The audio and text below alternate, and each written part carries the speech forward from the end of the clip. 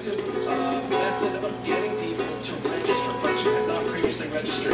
It gives the Democrats about 607,000 more registered voters than the Republicans. But of course, the question is, who turns out to vote? Some predictions are there may be upwards of 85% of registered voters who show up to cast their ballots today. Wow. Harry Sanders with that story. Thank you very much.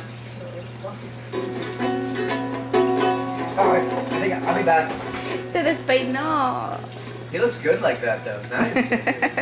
The Japanese have been coming down to Antarctica, and over the years they've killed literally tens of thousands of whalers. And what they want to do is do full-scale whaling. Voltea para acá, Dani.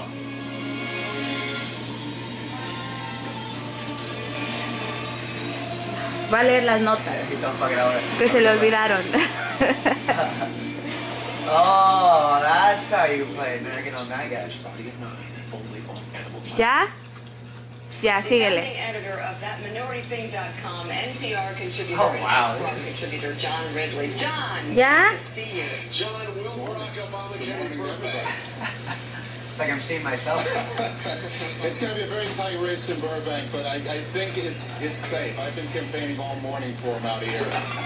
Nobody's here, but I've been campaigning, and Burbank looks good. Daniel, ya deja esa revista.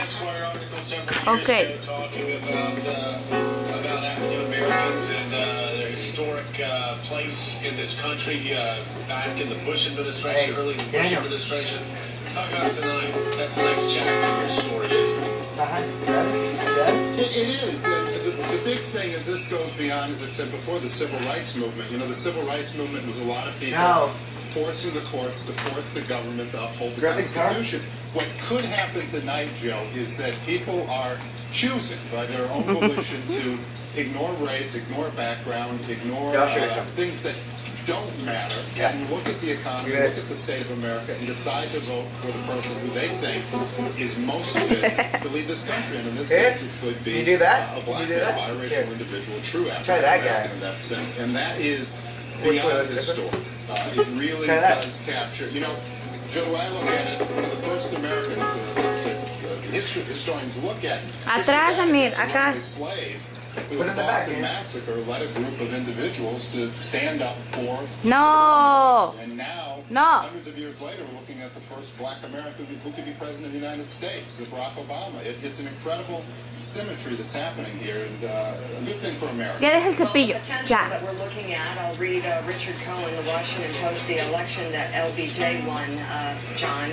He says this: just as John F. Kennedy was only incidentally a Catholic, so is Obama only incidentally a black man. It's not just that he is post-racial. So is the nation. He is he is generationally primed to lead.